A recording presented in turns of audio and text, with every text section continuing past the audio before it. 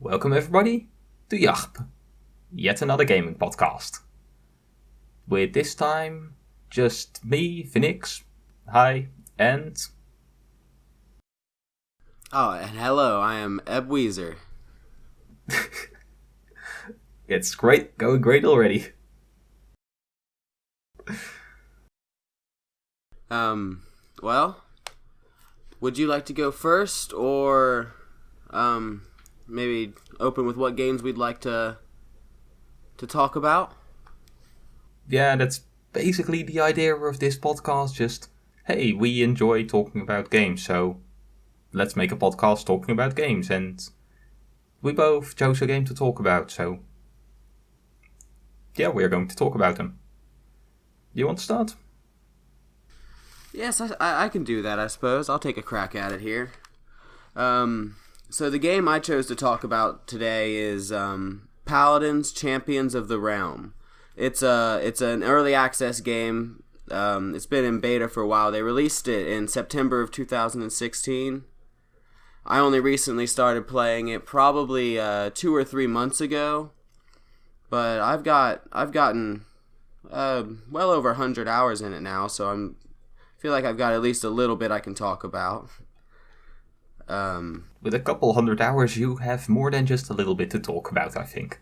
Yeah. I was a little confused myself. I don't know if it was from playing so much or anything, but they actually even gave me the Founders Pack, which usually you have to buy into, gets you all the champions and everything for free. A few Neat. special skins and stuff like that. But Any idea why they gave that to you? No, my only assumption was maybe because it happened a little after I hit over 100 hours, so maybe it was just like a reward for dedication, I'm gonna call it. Fair enough. Maybe just a glitch, but maybe not. Hope they don't take it away. But Unlikely. I've really enjoyed it. I tried to get most of my friends who have a computer to play it with me, but I don't know. Everyone's got their styles. It's a player versus player style shooter game that is the goals are based in a similar style to that of MOBA games like your Heroes of the Storm, Overwatch, and other similar games that attack styles using key commands like World of Warcraft. I do remember a lot of people claim it to be like an Overwatch clone. They think it's just a ripoff most of the time, but I mean, according to the developers, they claim their biggest influence was actually Team Fortress 2, which I've played a little bit myself. It's also a first-person shooter style game where you've got two teams, fighting it out over control of an area. Very similar gameplay styles. Yeah, I actually haven't played Paladins myself. I have played a lot of TF2 and a bit of Overwatch, and yeah, people call this an Overwatch clone, and well, people called Overwatch a TF2 clone, so apparently that this biggest inspiration was TF2 is it's a whole loop of people ripping off other people and it being called a rip-off by everybody. Yeah, I mean, what can you expect? It's hard to come up with a 100% original idea anymore when there's so much content out there. Yeah, I mean, what kind of original stuff can you really do with a shooter these days? I agree. Where do I leave back onto this? One of the big perks of it right now, I mean, obviously with it being in early access, it's free to play. Which for some people, lowers its quality. It can be a little glitchy because it's in beta, and when you're in a beta style game, you're really just play testing most of the time. It depends on the game, of course.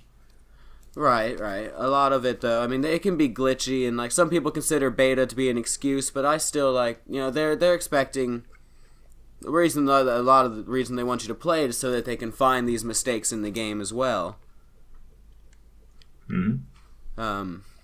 I really enjoy being free to play, though. It's got a very large community of people in it. It's up to 17 million downloads and 40,000 active monthly players. So, I mean, for something that people want to call a clone or a ripoff, it's still got a very large popularity for gamers on Steam alone. Even if it is a ripoff, then it's a very popular ripoff. I agree. I mean, it's got a lot of variety in its characters and gameplay. I mean, it's got multiple different game modes. You've got your standard siege, which is your push the payload style gameplay, where you capture a point and then try to move the objective to the opponent's end of the map. The old classic. Yep. And one of the other game modes. Push the payload. Oh, I'm sorry. Go ahead. No, just kind of recapping. You're right. Sorry. But one of the other game modes, one I personally enjoy a lot, especially when trying to get good with a character you haven't used a lot, is Onslaught. It takes the capture the objective part of Siege, but it removes any of the payloads. So what it is you just fight over that center point for a total of 400 objective time, which just makes it basically a large clusterfuck of people trying to kill everybody at the same time. Yeah, King of the Hill. Yeah, that's actually a really good explanation. It's obviously a lot. It can be more fast-paced in there. Can be a little more demanding on you. Mm-hmm. They've also recently came out with a team deathmatch mode where they removed all the objectives and actually just let you shoot it out, which I think that'll appeal to a lot of players. Those who really just want to, a lot of DPS players, for example, the ones who want to go in and just keep fighting people and go for the kill. Which form of team deathmatch? Just team deathmatch? Just the first to get to, 30 kills or something? Or the last man standing? There are respawns. It's the first to a max cap of kills. I want to say it's 25, but where it's a newer game mode, I haven't played it as much personally. Only a few rounds. Sounds like fun. Yeah, it is. It's a little more erratic because where there's no objectives and goals, you have to pay a lot more attention to where your team's at, and it's a lot easier to get flanked by more strategic players, for example, the ones who will go around and sneak up on you. Good players, they always come out of nowhere. Yeah, I learned myself that it took a lot more practice for me to become any good at playing a flank. They're squishy. I prefer healers and tanks myself, so, fight off that damage. I think I'm mainly in games always more of a tank player, just I don't like dying. Yeah, I would say in this game, though, unless you're really good and you have a very well set up loadout, even as a tank, it's hard to stay alive if you don't have a good healer or good cover from your teammates. That's one good thing about this game. It's very strategy based, and a big part of the gameplay, especially if you ever want to win, a big part of it is dependent on you working as a team. That's both a pro and a con. Yeah, it is, because you get a lot of players that just want to, like, for example, it's very common in this game that you'll get a lot of the damage dealer characters that they get a lot of kills, but they'll stand back and let you lose the objectives. They're not concerned with the win. Yeah, it's an objective-focused game, so you actually have to do the objective if you want to win. Yeah, like I've been in a lot of examples where I've been a tank and I'll go down while I've been trying to capture the point, and in the time it takes me to respawn and get back, we'll lose that objective because no one else wanted to step onto it to contest for time. Yeah, it's a classic problem with these types of games. Yeah, I mean, obviously those kind of issues can be brought around with parties and well-organized teams, or just sometimes you get a lot of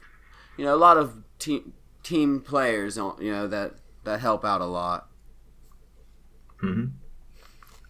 Yeah, but then you kind of run into the point of it's better if you play it with a good organized group of friends. everything is better if you play it with friends, so that's Yeah, not really that much of an argument. that's a fair point. I wouldn't say everything. I mean, you've obviously got your single player games that don't want you to have friends. But They don't really have a problem with you having friends, it's just they don't really care for it. If you have no friends or 1,000 friends, they don't care. no, they get their money either way. I mean, I guess that people without friends are slightly better for single-player games, as they spend less time with their friends and so more time with playing games, and which means that they will maybe buy more games. Yeah, that's reasonable. I can see that. You especially with single player games, the ones that don't allow for a lot of replay, like for example this one, how it's always the same kind of it's always the same objective based thing, but it's always more people, different things happening, and it's more about what you're trying to do. Whereas you get the single player games, you go and you play your story, and you may have a couple times you can do it differently, but eventually you run out of things that can happen in the game, and you're going to need a new one. Kind of. I mean, I'm a big single-player player, and well, the game I'm going to talk about is a completely linear game. Single player, and I played through it 3 times already, so... What game is that? I want to talk about A Story About My Uncle, which is a fairly old game, and Alex, I remember to look stuff up, but I forgot to look up when it came out. Run a little bit of quick Google magic. Yeah, exactly. I gotta say, I love the name of that game. I don't know anything about it, but it's intriguing just by the title. Yeah, it's a good title, though a bit long, and well, it really is a very good title for the game because, well, the framing for the game, the story is a story told by a father to his child. So it literally is a story about my uncle. And it came out in 2014. And should we do more of these, then you'll probably notice that I like to cover older games because I'm always really much behind the times. I have nothing against that personally. I mean, I really love the older games. I have a big plan of I have one of the original Nintendo Entertainment Systems, and I plan on running playthroughs on most, if not all, the games I currently own, and would like to get more personally. Could be interesting. Yeah, I always like Nintendo. Oh, and here is I never really played much Nintendo. I mean, it's the only console, home console that I ever had, the Wii, but I didn't play a lot on it. I would Maybe say a couple.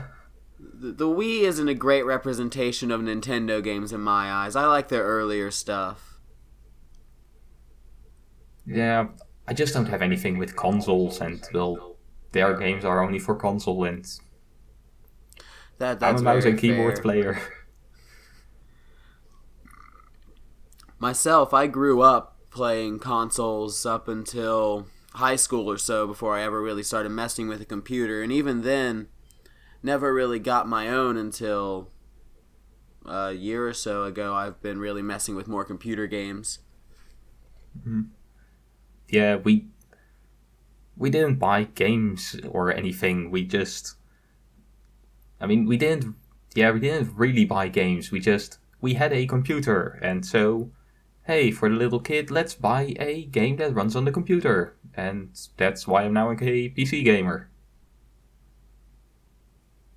Yeah, I'm drawn in by PC. I mean, I really love the fact that it's so easy to get on and find either something that's made out on the indie market or just something that's out on Steam. Like, there's always a free game out there. If you're looking for something new to do to kill some time, there's always a game out there you can get and try.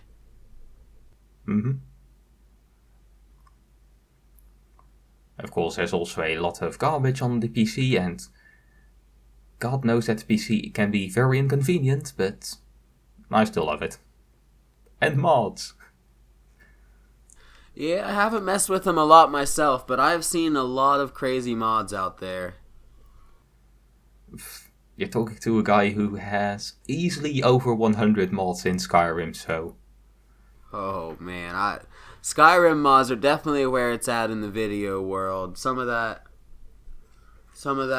Thomas the Train Engine stuff I've seen, or I had some friends one time who messed around on their buddy's modded account, and they got in it and spawned I think 200 some giants behind him, and then made him look in the other direction and ended the game.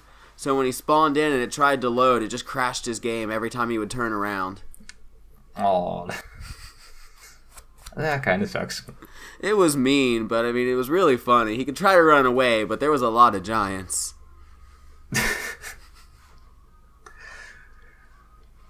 Yeah, that amount of giants will kind of fuck your day up. But that game you wanted to talk about, the story told by your uncle, what's it about? Story about my uncle.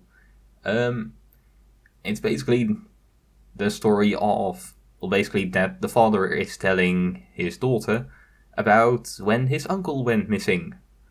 And he went to his house to try and find him, and he finds kind of a portal to a completely other place. And he has a suit that can jump absolutely stupidly high and has a grappling hook, and yeah, you kind of platform through the air and uncover a whole story. Discover new people, amazing places. That sounds really interesting. I like platformers a lot. But that's whenever I first started playing Flash games and stuff, I was always really big into platformers. I like how much, I mean, with the more simple concept for gameplay, they can do a lot with world building, and just a lot of background graphics can always be really impressive in a well-made platformer. This is a first-person 3D platformer. This is not the standard 2D platformer stuff. Oh, so it's a more open world style? Like your Mario 64 3D? Oh, you don't know Nintendo. No, it's much more, I don't know, what's it, Mirror's Edge kind of-y? Mirror's Edgy, kind of? Okay, yeah, I played that one, so it's a little more fast-paced? I don't know if it's as fast-paced, and there definitely isn't any combat in the game. But that's more kind of the feeling, I think. I haven't personally ever played Mirror's Edge, but that's the game that I've seen that's closest to it. It's completely linear, but it is a first-person platformer. That'd still be really enjoyable. I've seen some games made like that before. There was a VR game I saw that was based with that kind of mechanic where you just try to keep moving yourself forward and propel yourself through the area. By completely linear, you mean very, very like straightforward directional movement. So it's like first person, but you're still on a straight track. No, it's, I mean, of course you take corners and stuff like that, but there's only one way to progress. Right. So it's not entirely open. You can't just wander around, obviously. No, there are a couple of places where you can kind of wander around, but yeah, no, there is just one path forward. It's just, I don't know, have you ever played something like Half-Life? Yeah, I know what you're talking about, and I've also played Dead Space, which kept you on a very straight line kind of track. Yeah, it's basically like that, but then good. I mean, I can't say anything for Dead Space. It's just, I am not a fan of Half-Life. I think it really sucks. I mean, well, I haven't played Half-Life 1, Half-Life 2. It really sucks. Oh no, I've definitely picked up that that's your opinion on Half-Life from all the conversations and your videos. Yeah, that's not exactly my thing. Oh, that's alright. I've never played it myself, so you're not going to offend me any. Yeah, I find it remarkable that I haven't got any hate comments from that. And for some reason, apparently the fans have not found my videos yet. That could only be the explanation, because it seems like everybody out there was screaming for a Half-Life 3. Yeah, God knows why. I mean, I guess what they're really waiting for is for Valve to come up with some other thingy they want to showcase, because those games are only tech demos. Yeah, I've seen a lot of that, or just Half-Life mods on Steam that I look at, and by description, I think it's going to be a good game, and then I realize it's like a 5-minute run through on the Half-Life, and just on using those mechanics and elements and things. And for the time, they were probably fine mechanics, but I mean, it's been a long time. We have better games now. I agree with that statement. It seems like a lot of people just want remakes and sequels to everything out there in entertainment. It seems like movies, games, all of it. They always just want more of the same thing. And it just feels like it's cutting out on any original content that could, potentially be better. Yeah, I mean, people say they want more of the same thing, but I think that's not actually what they want. They want more of the same feeling that thing gave them.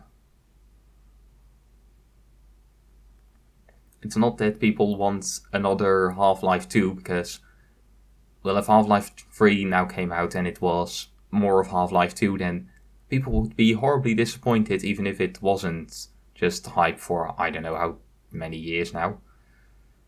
But also because people want that feeling of amazement of, whoa, games can do this kind of stuff now. And more of Half-Life 2 just wouldn't give that at all.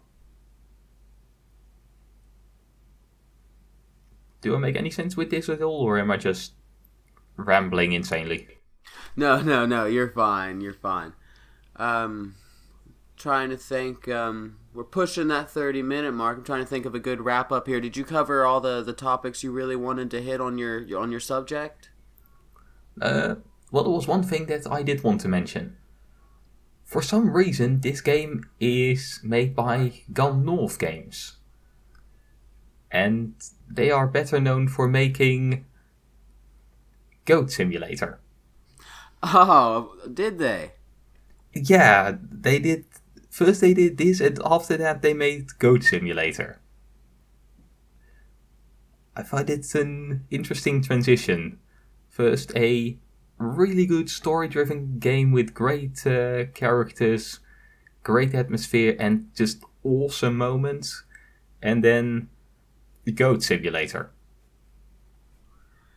That does remind me that I did fail to point out that Paladins was created by Hi-Rez Studios, the development company, and I would say that, to my knowledge, one of the largest games of theirs that I know of would have been Smite, which is it's a more direct MOBA game. It has more of those. Excuse me. It has the minions, and you have more of that, more of your really direct MOBA style gameplay. Yeah, the third person MOBA game. Yeah, when you're getting more back into the Dota style. Does it also? Have you ever played it? Does it also have such a toxic community? Paladins, there are some people out there. Every community's got some, and I would say probably within every 10 games I run into somebody who wants to just wants to be mean or blame their team, and say that Oh. they're a god and it's everyone else's fault. You know what I mean? Yeah, that's not too bad. No, it's not entirely toxic. You don't run into it a lot, and if it gets too bad, generally the rest of the players will kind of they'll be there to support the person who's getting they'll be there to support each other and try shut down that type of behavior. That's always good. Just an online game like that really needs a good community. If the place is toxic, then it can really ruin the game for a lot of people. I agree with that. It can be a lot. It ruins the fun if you're just trying to play a game casually and someone's screaming at you through their keyboard because they don't want to relax and just enjoy it. If you want to be that try hardy on a game, go to the ranked area where the people want to try hard and win, and get out of casual where people are just trying to have some fun. Yeah, but people like that aren't good, so they can't win in ranked. And then they can't blame others. I agree with you there. Yeah, online games really rely on that community not being too toxic, because I played League for a bit. That was a mistake. I have heard that is the most toxic area to be. Yeah, the game itself isn't... I don't think it's that good, but good God, that community. And on the complete other side of the spectrum, Warframe. It's a great game. And the community is so fucking nice. I've played it just a little bit. Haven't really socialized with anybody in the game, though. I've been a solo player through most of my time. Yeah, that's how most players start. Yeah, I like it though. I can take my time and run around finding my loot, or just get all those stealth kills without causing a big ruckus with all the guards. Yeah, that's something that apparently a lot of players, and a lot of new players do. Lucifer is also doing it. That's right. I've watched a couple of his videos on that. I've noticed he likes to use that bow and dagger as well. Mm-hmm. And yet when I'm playing it, it's just rush full ahead. That seems Rush to be the ahead, popular. maybe shoot half the guys in the face. That seems to be the most popular strategy. Cause a bunch of noise and slaughter everybody. Just run. If you're later in the game when you are just a lot more powerful and guns do insane amounts of damage, then yeah, that basically becomes a strategy. But it's a lot of fun to just run past people and maybe shoot them in the face.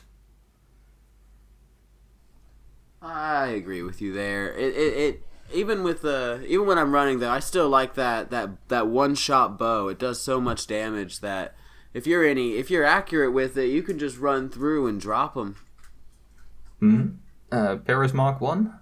Yes. It's a very bad bow. Really? I've not had a single problem with it. I mean, it's not a bad weapon at the start of the game, but compared to the other stuff that's in the game, compared to other bows, it's really bad. Well, eventually I'll get to where I can get a better one, and then I'll be even happier. I think you can just buy the regular Paris, not the Mark 1 version, or the blueprint just in the market, but... I mean, this is a gaming podcast, not a how to play Warframe or how to start in Warframe. I'd be totally fine with doing a podcast like that, but I don't think I would be really the person for that. You cut out on there, buddy. I couldn't hear you. No, I just said that. I mean, I would be totally fine with a just Warframe introduction podcast, but I don't think I would really be the person for that. I don't think I would either. I don't have enough in that game. You have the experience of a new player. Yeah, but isn't that like no experience? Yeah. The game says I have 40 some hours, but that's just because it was running on its own. Oh yeah, I also have always, I don't know, thousands of hours in games because I just suck at closing games.